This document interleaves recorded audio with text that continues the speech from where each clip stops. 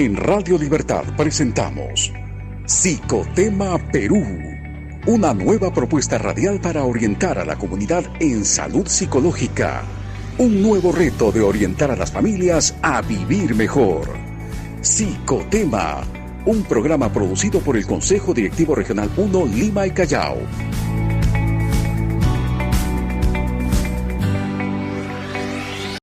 Bueno, hoy nos reúne un tema muy importante: cómo elegir un buen presidente. Quizás es un tema un poco, comentábamos en la mañana con los directivos, es un poco una ilusión, como una utopía, quizás poder elegir a un buen presidente. Sin embargo, hoy vamos a tratar con la compañía del especialista que ya está con nosotros, el doctor Julio César Serna. Él nos va a dar a conocer el perfil ideal de presidente que quisiéramos y cómo poder nosotros elegir bien.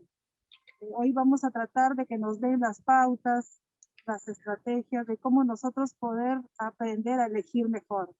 Bueno, no lo vamos a esperar más a nuestro invitado, el psicólogo Julio César Serna, especialista en temas políticos. Él es coach político, experto en neuropolítica y campañas electorales. Buenas tardes, doctor, y bienvenido a Psicotema Perú.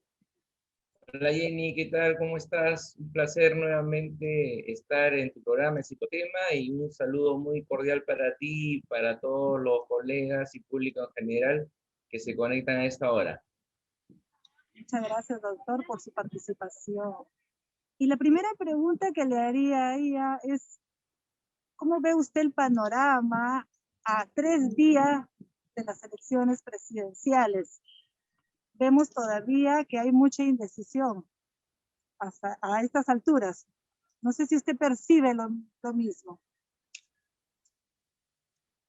Sí, en las últimas dos elecciones, en los últimos dos procesos electorales, te diría, es decir, el proceso electoral del año 2016 y el proceso electoral actual, en estos dos últimos procesos electorales creo que ha cambiado mucho la dinámica del electorado y además por el condicionamiento mismo que existe, estamos viviendo dos elecciones totalmente distintas a la de décadas pasadas, teniendo en cuenta que hasta las últimas semanas, por ejemplo, estamos a 3 días y son precisamente las últimas semanas en las que los electores están definiendo su voto. Las últimas semanas y el último día de la elección son los días en los que los electores, de acuerdo a un estudio que ha hecho el mismo Jurado Nacional de Elecciones, definen un casi 40% el voto y el candidato por el cual van a respaldar en las elecciones. Entonces, estamos viviendo unas elecciones atípicas por una crisis sanitaria, por una post-pandemia extendida, más de lo que todos pensamos, por una crisis económica que tiene en vilo no solamente a los sectores menos favorecidos de la población, sino a todos en general. Ninguno de nosotros podemos decir que nos mantenemos al margen de esta crisis económica. Y en tercer lugar, por el mismo tema de la dinámica electoral, donde todavía no hay un empate técnico entre 6 candidatos que no tenemos con claridad, no podemos visibilizar quiénes son aquellos aún faltando 3 días, quienes van a pasar a una segunda vuelta electoral, ¿no? Un panorama bastante complejo, confuso, un final de fotografía como en la hípica, y donde se están definiendo, en las próximas 72 horas se está definiendo el destino del país, porque solamente van a poder pasar a una segunda vuelta 2 candidatos, y ya la elección de la segunda vuelta será otra historia, ¿no? Sí, ¿a qué cree usted que se debe esta indecisión? Dado que nos encontramos en una situación no típica, ¿verdad? Sino una situación no solamente por pandemia, en crisis, sino también en política. Nunca se había visto en una campaña electoral que a estas alturas los ciudadanos estemos en una indecisión total, porque hay un buen porcentaje que está así. Y no sabemos lo que va a pasar, como usted ha dicho. Quizás de un día a otro puede cambiar las encuestas. ¿verdad? Hasta esperar la encuesta oficial, que es este domingo. Bueno, yo creo que como todo fenómeno, como toda institución social, como todo fenómeno psicosocial, la política no es el resultado de una sola variable, ¿no? Aquí no se cumple una ley de causa-efecto, sino que es el resultado de una multideterminación de factores. Entre ellos, o sea, hay factores psicológicos, sociológicos, políticos, de varios ámbitos. Los más importantes creo que se deben al deterioro de la confianza en la relación ciudadano-autoridad, ¿no? O sea, el político en las últimas décadas no ha demostrado tener una capacidad de trabajo que pueda satisfacer las necesidades de la población, que pueda mejorar la calidad de vida de los peruanos. La política está matizada de mafia, corrupción, delitos, y todo esto ha generado un deterioro en la confianza del ciudadano y del elector, que ya no cree en los políticos, que cuando va a votar, vota por el menos malo, que cuando va a votar, vota tapándose la nariz, porque ve la política como un mal necesario. Eso por un lado, y por otro lado, también es preocupante esa actitud de naturalización, ¿no? De naturalización de la permisividad de la corrupción, cuando las personas consideran que la corrupción en política es normal. Entonces hay que votar no tanto por alguien que no sea corrupto, sino por el menos corrupto, por aquel que robe, pero que deje alguna obra para recordarlo. No es que la corrupción sea un antivalor tachado por los electores, sino es permitido, no hay una normalización, yo diría una naturalización de la corrupción en política. Y también este desencanto que ya siente la población desde hace muchos años atrás, más o menos a fines de los 80, cuando hemos tenido una crisis generalizada a nivel del planeta, crisis económica, política, social. En nuestro país, en los 80 nos tocó vivir un escenario bastante complejo por la crisis económica agudizada, por una hiperinflación millonaria, uno de los peores gobiernos en materia de política económica en la historia del Perú, pero además agravada también por el fenómeno del terrorismo, ¿no? Con la presencia de Sendero Luminoso, que generaba caos, temor y confusión en la población. Entonces tuvimos una época en la que hacia el final de los 80, o sea, ya empezando los 90, hay todo un desencanto, una frustración, una desidia, apatía por la política, y empieza el surgimiento de los outsiders, ¿no? Ya sabemos quién ganó las elecciones en los 90 y cómo gobernó durante un oncenio. Entonces, una relación muy deteriorada entre la ciudadanía, entre los electores y la clase política, y esto obviamente genera pues un alto nivel de desconfianza, un nivel de que inclusive en las redes sociales no es extraño leer mensajes como cuidado con el fraude. La gente está pensando que puede haber un fraude este domingo. ¿Por qué?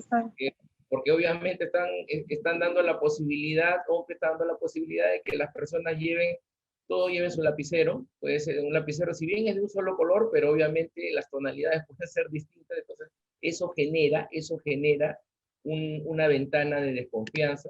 Después, porque las encuestas, como bien dices tú, hay 4 encuestadoras que han hecho sus resultados, han expuesto sus resultados de sus estudios de mercado el domingo pasado, y la coincidencia solamente hay en 2. De las 4, 2 coinciden con los resultados y otras 2 no coinciden. Entonces, si han hecho sus estudios de mercado en un mismo universo, con una misma, no digamos que es la población idéntica, pero obviamente las tendencias en investigación siempre están marcadas. O sea, no puede ser que un candidato que en una encuesta aparezca con 12, en la otra aparezca con 20 o en la otra aparezca con 6. O sea, los márgenes son más reducidos. Entonces, ahí la política ha generado mucho nivel de desconfianza, ha roto la confianza de esa relación entre ciudadanía y sus autoridades, entre ciudadanía y representantes del Estado.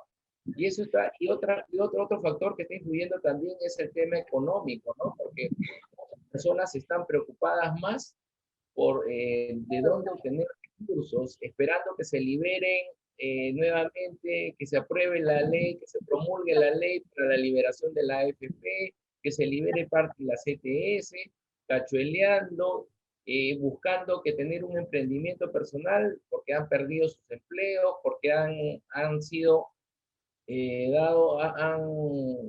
han sido objeto de estas leyes de cese laboral, muchos informales que obviamente en una economía precaria, 70-80% de nuestra economía es informal, no tienen un sustento económico cuando no salen a trabajar. Entonces la situación es más que complicada. Tenemos un escenario bien complejo con variables que no solamente son políticas que están afectando la conducta o decisión del Usted ha hecho un análisis político de los candidatos, los perfiles. Quisiéramos que nos pueda resumir de algunos candidatos que son los principales, porque por la hora que tenemos no podríamos analizar a todos los candidatos que están en contienda. Sin embargo, podríamos citar algunos, por ejemplo, ¿no? Algunos que están ahorita compitiendo en el primer y segundo lugar, por ejemplo. Yo lo que he adelantado a través de mis redes, he compartido un análisis psicopolítico de los candidatos en el debate, ¿no? Todavía el análisis biográfico, psicopolítico del candidato en sí, lo estoy terminando en estos días para compartirlo a través de mis redes, pero podríamos adelantar, digamos, uno, que no existe un candidato perfecto, si bien trabajé también y lo compartí a través de las redes, trabajé un perfil de cuál debería ser, qué cualidades personales y qué competencias profesionales, técnicas y políticas debe tener el próximo presidente del Perú. Entonces, para hacer un match, ¿qué candidatos se aproximan a este perfil que tenemos del presidente? Porque el perfil, como bien sabemos, es una cuestión un tanto ideal. No creo que ningún candidato pueda tener, que reúna al 100% las cualidades y competencias del perfil del presidente. Pero para empezar, a ver, no sé, voy a empezar con lo que tú me dices. Bueno, el primero que hasta ahora en algunas encuestas está primero, por ejemplo, el candidato a Acción Popular, Johnny Lescano. Johnny Lescano, bueno, es un tipo que yo le encuentro algunas características en su personalidad que generan desconfianza, ¿no?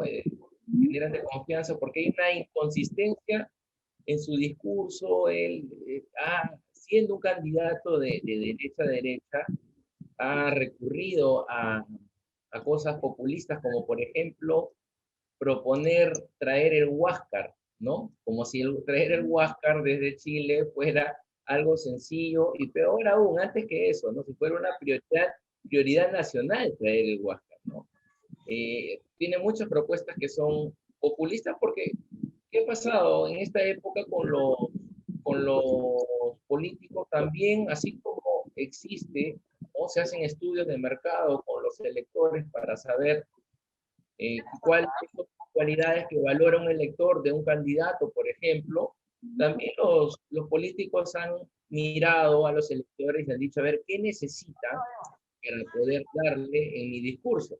Y ahí es donde ahora, más que antes, se está viendo que candidatos de derecha, de centro, que antes casi el centro no existía, teníamos hasta los 80s, teníamos o bien derecha o bien izquierda, y de centro casi no había. Fujimori fue uno de los primeros candidatos de centro que conozco en la historia política del Perú, que surge como un fenómeno conocido en términos de ciencia política como outsider, ¿no? Y como un antisistema. Y ahora conectan fácilmente porque la población siempre ha tenido demandas populistas, por ejemplo, la pena de muerte, muerte a los corruptos, muerte a los violadores. Son cosas que muy difíciles, son muy difíciles y poco viables, ojo, poco viables, pero hay candidatos, ¿no?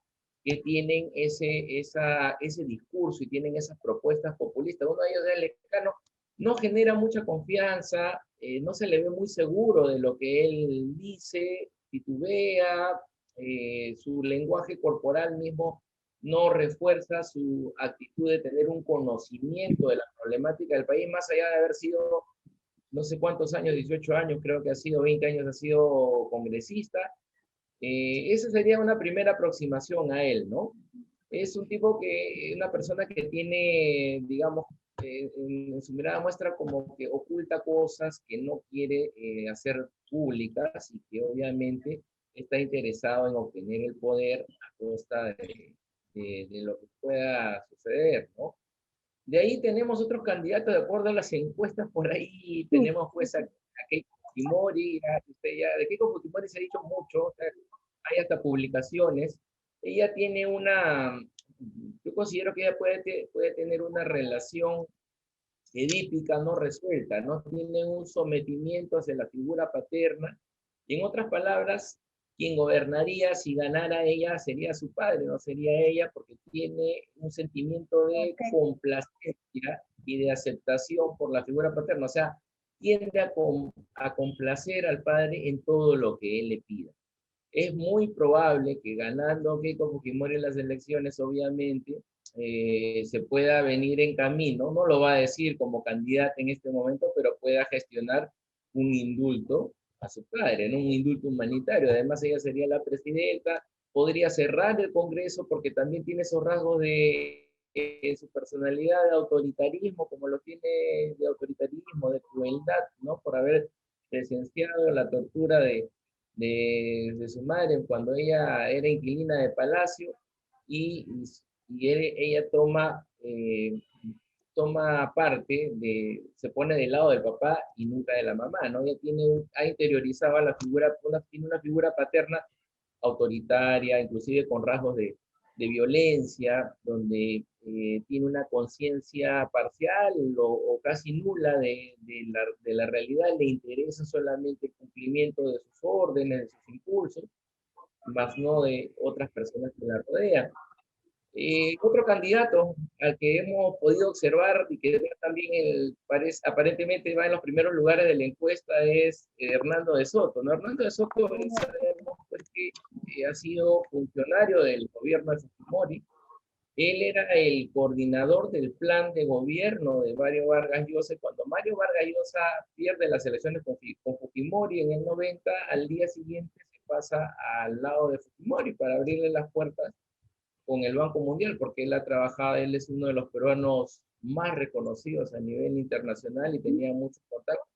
Fernando de Soto aparenta ser un tipo que tiene mucho conocimiento de la realidad, nadie puede ser mezquino ni negarle que conoce mucho la problemática del país, pero se le nota una persona con muchos rasgos de egocentrismo, ¿no? Es una persona con un ego bastante elevado, con rasgos de soberbia, muchas veces peca de vanidoso, y además se le nota también, obviamente, por su comportamiento que tiene una capacidad de cálculo, de oportunismo, ¿no? Que en política le ha traído muy buenos resultados, ¿no? Es una persona muy reconocida, puede ser que tenga que tenga un alto coeficiente intelectual, pero con sus rasgos personales, sus cualidades personales, digamos que no es muy convincente porque no transmite esa confianza.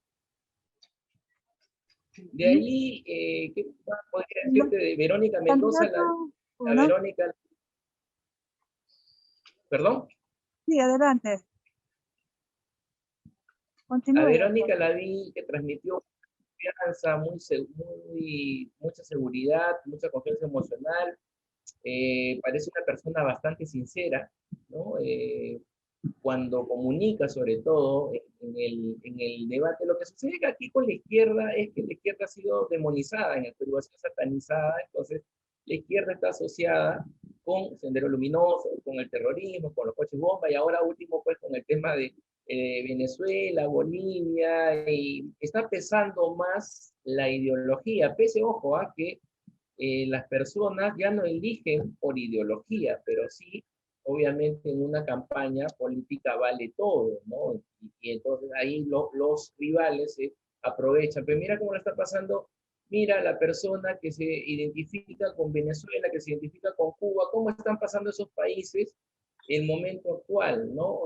Vamos a llegar a una condición semejante y ese es uno de los problemas que tiene la izquierda, que representa a Verónica, que no es la única candidata de izquierda, pero en términos, digamos, bueno, de conocimiento me parece que le falta un poco más de experiencia porque ella solamente ha sido congresista, falta un poco más de conocimiento, de experiencia para el manejo de la administración gubernamental, pero como persona yo creo que es una de las candidatas que tiene mejores cualidades. Otro candidato que también he venido siguiendo ha sido a Rafael López Aliaga, y Rafael López Aliaga sí, pues, ¿no? Es un tipo que tiene, de verdad tiene una no transmite confianza, ¿no? Tiene unos rasgos de personalidad que hay que tener mucho en cuenta quienes vayan a votar. Es muy intolerante y es intolerante en todo el sentido de la palabra. Intolerante con el tema de la diversidad de género, intolerante con el tema de la diversidad, de las ideologías políticas y de las ideologías religiosas, ¿no? Tiene un perfil más cercano a un candidato fascista, ¿no? Además de también que sus propuestas tienen muchas propuestas populistas, y por ahí han aparecido noticias de personas que han trabajado con él en sus empresas y que habían sido despedidas de manera arbitraria y comentan que así han sido maltratadas, ¿no? Obviamente por esa misma ideología que tiene, esa capacidad de intolerancia, debe tener un alto rasgo también de autoritarismo. Otro candidato que podríamos hablar de él, que va por ahí también en este empate, sería George Forsyth. George Forsyth aparece pues como un joven muy adaptativo, sonriente, que tiene calle, que tiene barrio, que tiene flow, su estilo propio, y que ha sido alcalde de un distrito de Lima, pero igual, ¿no? Puede ser una ventaja y una desventaja, porque como le dijeron en el debate, se le ve como un oportunista, que él había sido elegido para ser alcalde y de ahí saltó a mitad de gestión, saltó a la presidencia del país, ¿no? También en su lenguaje corporal, en su discurso, se evidencia pues que le falta más peso, más madurez, se muestra muchas veces inseguro, ¿no? No tiene mucha seguridad de lo que dice, sus mensajes no son muy claros. Ahora están mejorando el manejo comunicacional, pero al inicio era bastante catastrófico. Y un candidato por ahí último que ha crecido un poco con las encuestas y que también se ha metido, no tanto a la pelea del grupo de los 6 que hemos descrito anteriormente, o de los 5 descritos anteriormente, puede ser también César Acuña, ¿no? Que un poco con menos posibilidades, pero que ha crecido un poco. César Acuña es la imagen pues, del emprendedor peruano, ¿no? Representa al provinciano exitoso que ha hecho dinero por su habilidad para los negocios, pero una de las principales deficiencias que muestra César Acuña es el tema comunicacional, no comunica bien, y también, bueno, lo que creo que le ha hecho crecer un poco es que Acuña en el debate no se metió con nadie.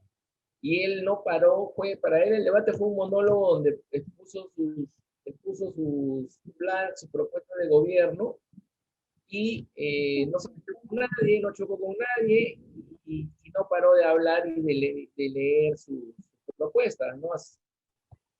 Sin embargo, además que ya lo han hecho un personaje pintoresco, un personaje cómico de la escena política por las inconsistencias que a veces tiene su discurso, ¿no?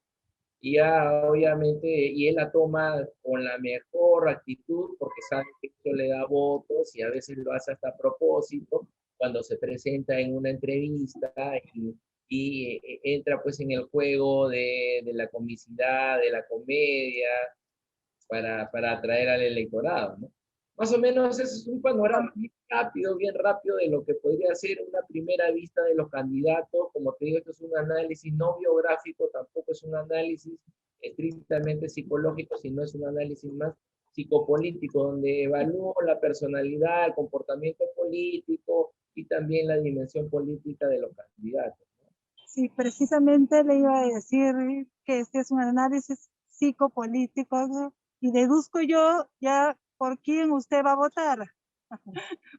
Bueno, es una percepción mía, pero que dejemos dejar claro a toda la comunidad que este es un análisis psicopolítico de parte de usted, que es psicólogo y que entiende de estos temas políticos, y es un alcance, un aporte que queremos dar, porque las opiniones siempre serán personales, ¿verdad? Basadas, claro, en un análisis psicopolítico. Supuesto, no es ningún ojo, no se trata, por ahí he visto excelentes análisis, ¿eh? He visto excelentes análisis que son más diagnósticos clínicos. Yo no podría hacer un diagnóstico clínico a alguien que no conozco y no le he aplicado una batería de pruebas psicológicas, ¿no? Por eso que mi análisis psicopolítico se basa, pues, en técnicas como, ¿cuáles son los insumos para el análisis psicopolítico? Se preguntarán mucho. Uno, el tema del análisis biográfico, análisis del discurso, el tema del análisis de la lectura corporal, ¿no? Del lenguaje no verbal, entre otras cosas, entre otras técnicas aplicales.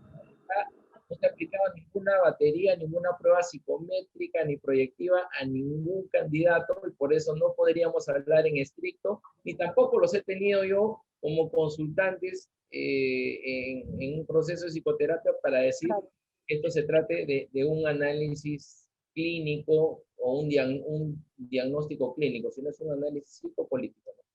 Claro, usted los ha visto cómo ellos se muestran frente a la sociedad, ¿no? En esta coyuntura política, cómo ellos se ven frente a todos los peruanos y en una coyuntura electoral.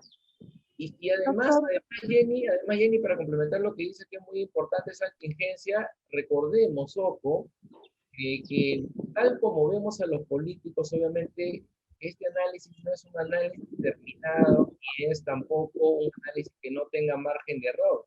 Puede tener un gran margen de error, ¿por qué? Porque a los políticos los percibimos con la imagen que ellos nos quieren dar de cómo son ellos. No necesariamente los conocemos, tendríamos que ser muy amigos de ellos, conocer su entorno personal, familiar, para saber un poco más, ¿no? Pero el candidato siempre se va a mostrar, pues, alegre, divertido, va a negar acusaciones, va a decir yo no voy a hacer eso. Entonces, vamos a su mejor cara. También, exactamente, va a mostrar su mejor rostro, va a mostrar hasta las cualidades que no tiene, las va a impostar. Entonces, ese es el margen de error que hay en este tipo de análisis. ¿Y cómo podemos los peruanos guiarnos para poder elegir mejor? Buena pregunta, ¿no? Porque generalmente en campañas electorales, uno de los principios del marketing político electoral es que, y de la neuropolítica con la que vengo trabajando hace un tiempo, la neuropolítica nos dice que la conducta de voto, es decir, la elección por un candidato es una conducta predominantemente emocional, ¿no? Entonces, ¿qué sucede en la conducta de voto de acuerdo a la neuropolítica? Que nosotros vamos a votar por el candidato o por la candidata con el que nos identificamos o con la que nos identificamos.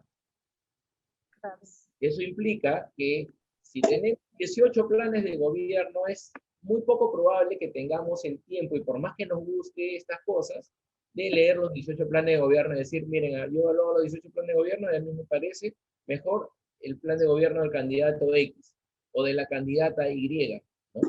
Entonces votamos por alguien que nos caiga bien, por alguien con la que nosotros encontremos un tipo de identificación, ¿sí? De común que nos representa, y obviamente pues cuando alguien tiene un poco más de ideología, va a votar por su ideología. Sin embargo, las recomendaciones que podemos darle a los candidatos es que, miren, el acto de votar es como, deberíamos verlo como un acto de elección de pareja, ¿no? Cuando uno, que también es, la elección de pareja también es pues, emocional y peor aún inconsciente muchas veces, ¿no? Pero a ese nivel de responsabilidad, porque vamos a estar casados con un presidente o una presidenta que va a gobernar por los próximos 5 años. No tenemos, no, si bien tenemos 18 candidatos, creo que nunca antes en la historia política del Perú han habido tantos candidatos, me parece un exceso, porque el tener 18 candidatos no quiere decir que el Perú sea un país predominantemente democrático, todo lo contrario, ¿no? Es preocupante tener tantos candidatos, ¿por qué? Porque quien gane en primera vuelta va a demostrar cuál es su caudal político. O sea, si un candidato gana la primera vuelta con 12%, con 15%, con 17%, ese es el porcentaje que lo está apoyando. Entonces, ¿qué vamos a tener en los próximos 5 años? Un país bastante fragmentado, donde el presidente lo más probable es que no tenga mayoría en el Parlamento, donde tenga nuevamente que lidiar con un Parlamento y va a estar, y vamos a seguir con la misma Constitución que tiene un artículo que lo utiliza en casos de emergencia, entre comillas, y paga al presidente, como lo ha hecho en estos últimos tiempos, que hemos tenido 3 presidentes en 8 días, todo un récord a nivel internacional. Entonces, ¿qué recomendaciones le podríamos dar a los electores? Yo creo que la recomendación principal es que no se dejen engañar, que revisen por ahí en el tiempo que puedan tener, se fijen bien, más que los planes de gobierno, en las propuestas que digan los candidatos, traten de ver si realmente son viables, son sinceras, y también que obviamente miren pues las actitudes de los candidatos cuando comunican, cuando salen en una entrevista, cuando se expresan ante el público. O sea, por más que yo pueda estar a favor de un candidato y encuentro cosas que no me satisfacen, entonces no podría votar, no podría estar convencido al 100% de que ese es el candidato por el que yo voy a elegir, ¿no? Doctor, ¿qué pesa más en un elector? Por ejemplo, puede ser las necesidades por las que yo estoy pasando. De repente me interesa más la seguridad, porque tuve malas experiencias, me robaron, vivo en un distrito donde hay mucha incidencia de delincuencia. Otro caso puede ser mi situación económica, de repente otro factor es el carisma con que yo me enfoco hacia elegir un candidato. Otro puede ser la ideología. ¿Qué pesa más al momento de una elección? Bueno, todo lo que has dicho es cierto. O sea, pesa todo porque al final, como te digo, la conducta de voto tiene una serie de factores causales, ¿no?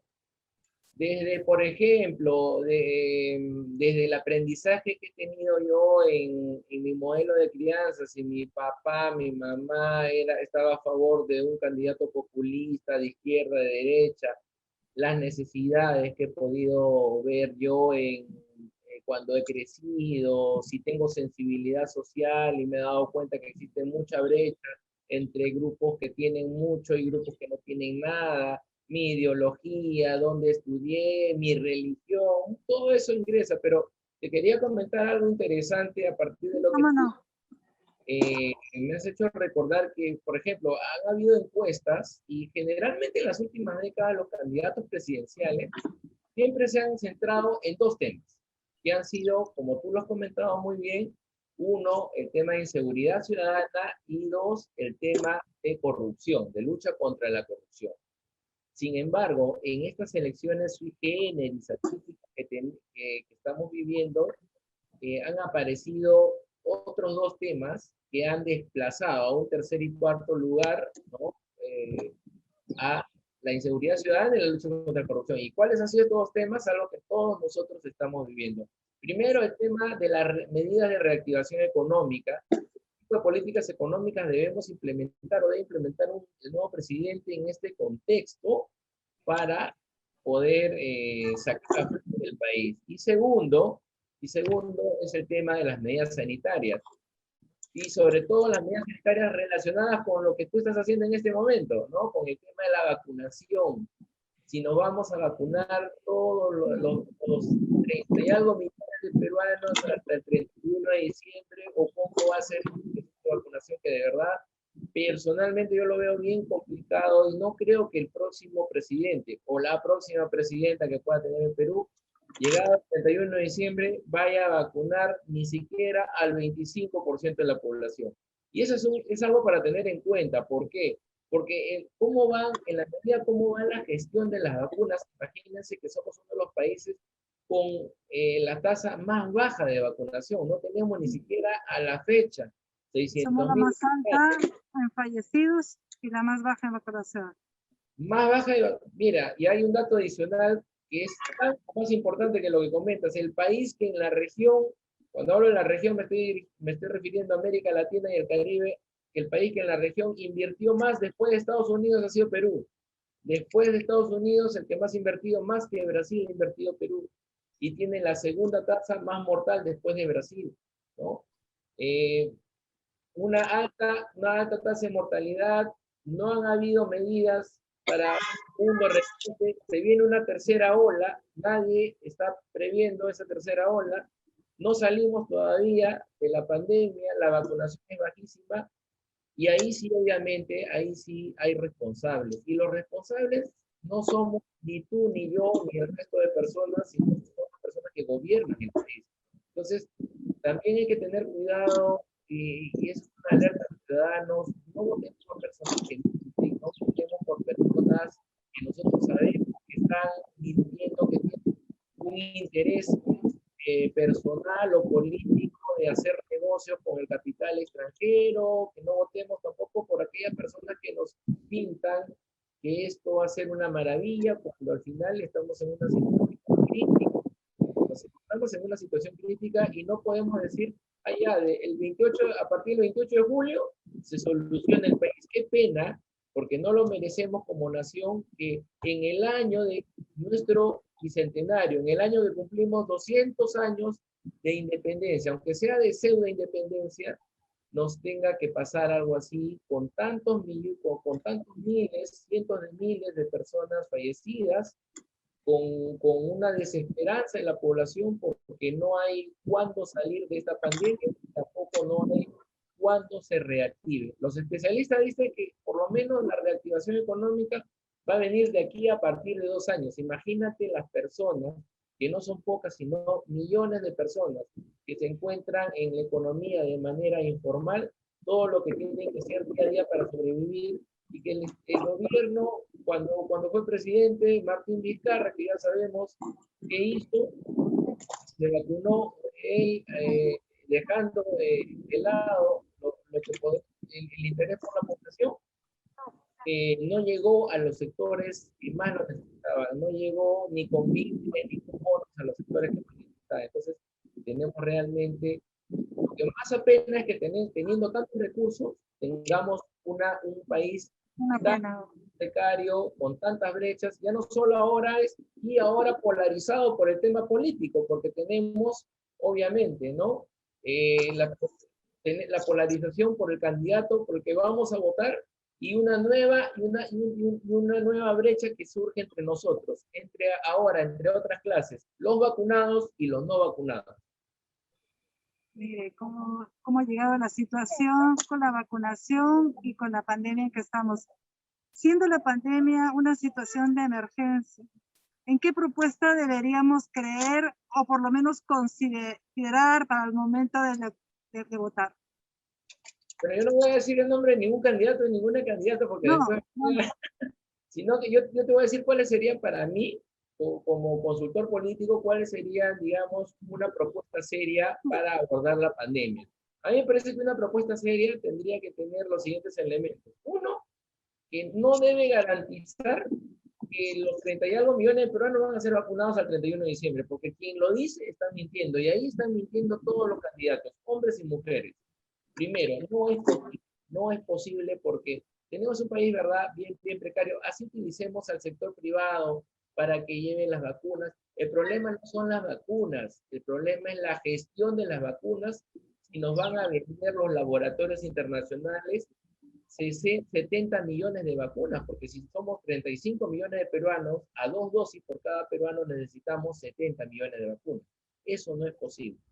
Segundo, que, bueno, tendrá que hacer su mejor esfuerzo el presidente, la presidenta que gane las elecciones, y apelar también al tema del lobby, de no que yo conozco al presidente de tal país, o que yo mismo tomo mi avión, o que yo voy a levanto el teléfono y eso tampoco es algo que debemos creer, porque se negocia de estado a estado, ¿no? Y hay recomendaciones de la OMS, por cierto, que los estados tienen que cumplir, ¿no? Entonces ahí es una de esas recomendaciones hoy, empecemos a vacunar a las personas, a los grupos vulnerables. Las estrategias de vacunación, sería interesante preguntarle a los candidatos qué estrategia de vacunación. A mí me parece, por ejemplo, interesante lo que está haciendo MINSA, utilizando el tema de la estrategia de redes por racimos, ¿no? O sea, vamos a vacunar no solamente a la población vulnerable, pero también los colegios profesionales, los gremios, y así vamos a la iglesia, ¿no? Acá tenemos que sumarnos el gobierno que gane, el candidato que gane las elecciones y gobierne, tiene que garantizar que este partido lo tenemos que jugar todos. Y aquí tenemos que sumar esfuerzos desde sociedad civil, desde el sector privado, ¿no? Alguien que muestre, que obviamente tenga una propuesta articuladora entre Estado, entre empresa privada y sociedad civil, y si es posible, apoyo internacional. O sea, esos serían indicadores positivos para darte una propuesta en materia sanitaria es interesante, es relevante. Porque después todo lo que puedan decir, que yo traigo mañana la vacuna, tomo mi avión, llamo al presidente de tal país, no es al 100% efectivo ni cierto. ¿Cuál sería nuestro presidente ideal? ¿Qué cualidades debería tener la persona que nos va a gobernar? Podríamos hacer un análisis de un perfil psicológico, pero que también tenga que ver con lo político. Y justamente he trabajado en eso y lo he compartido a través de mis redes. Lo pueden ver las personas que estén interesadas. Pueden ingresar a mi página de Facebook, estoy con mi nombre completo, y también a Psicopolítica con K. Psicopolítica con K, y tengo publicaciones sobre el perfil del nuevo presidente, el bicentenario, de la nueva presidenta del bicentenario. Yo creo que el nuevo presidente debe amalgamar dos componentes. Uno, por el tema de las habilidades blandas, las cualidades personales, y dos, el tema de las habilidades duras, conocimientos, competencias, expertise.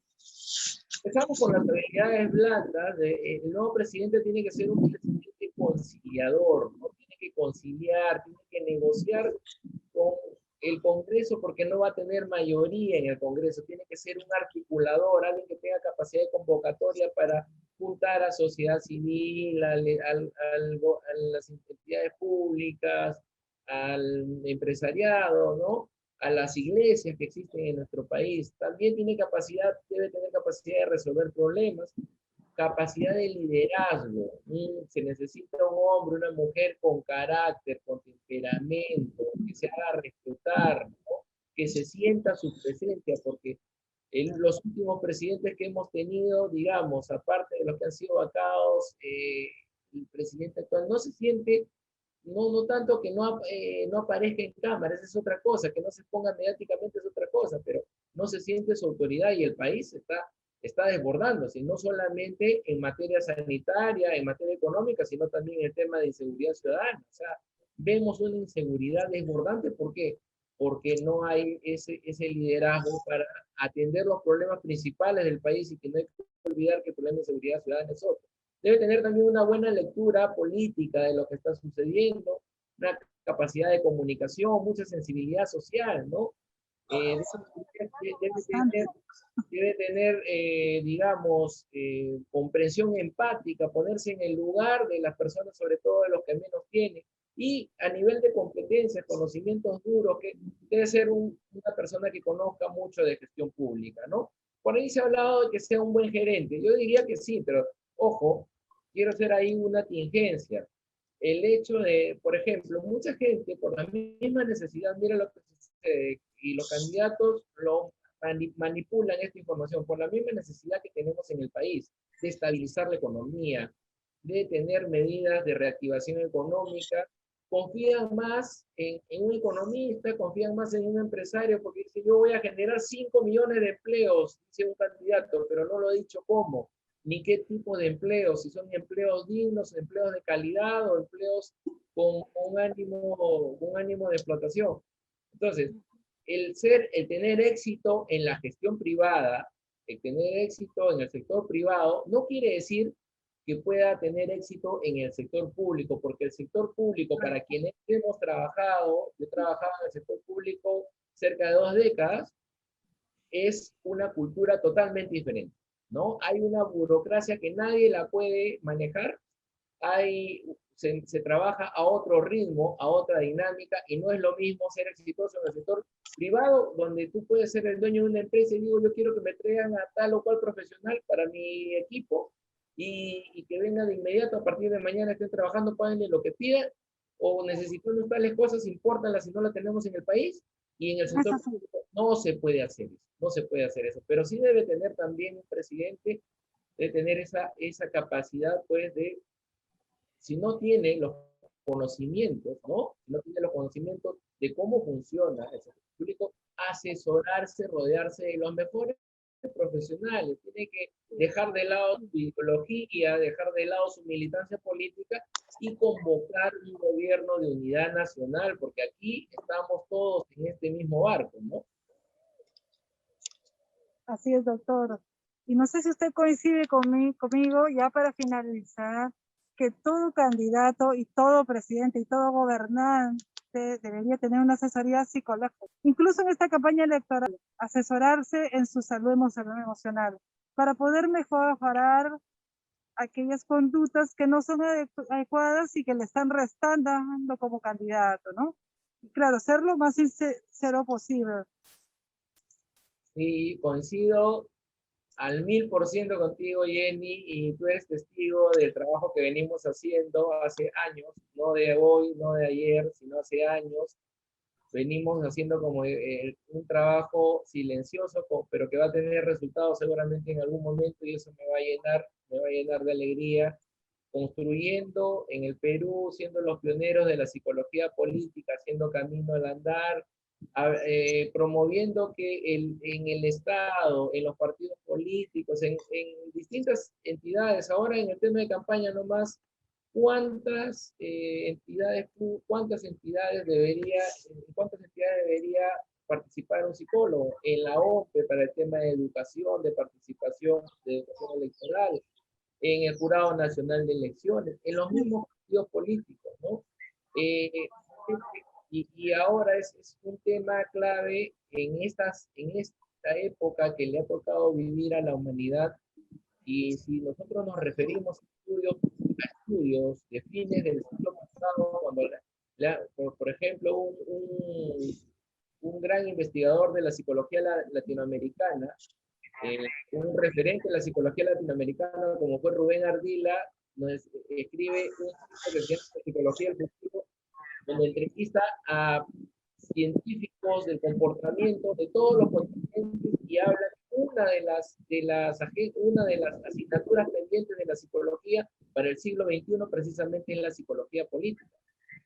La política, que es un fenómeno transversal que cruza la sociedad, no puede estar al margen del conocimiento del psicólogo, porque precisamente es la psicología una disciplina virgen que en política tiene que aportar mucho. Seguramente que no es muy común esta asociación, el matrimonio entre psicología y política no ha funcionado muy bien.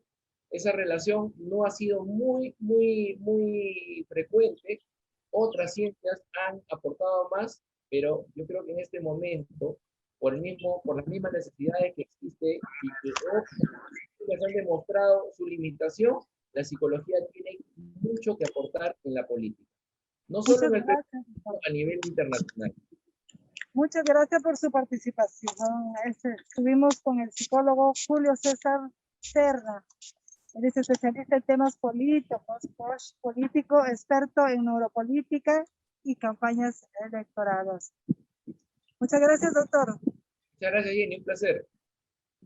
Hasta otra oportunidad.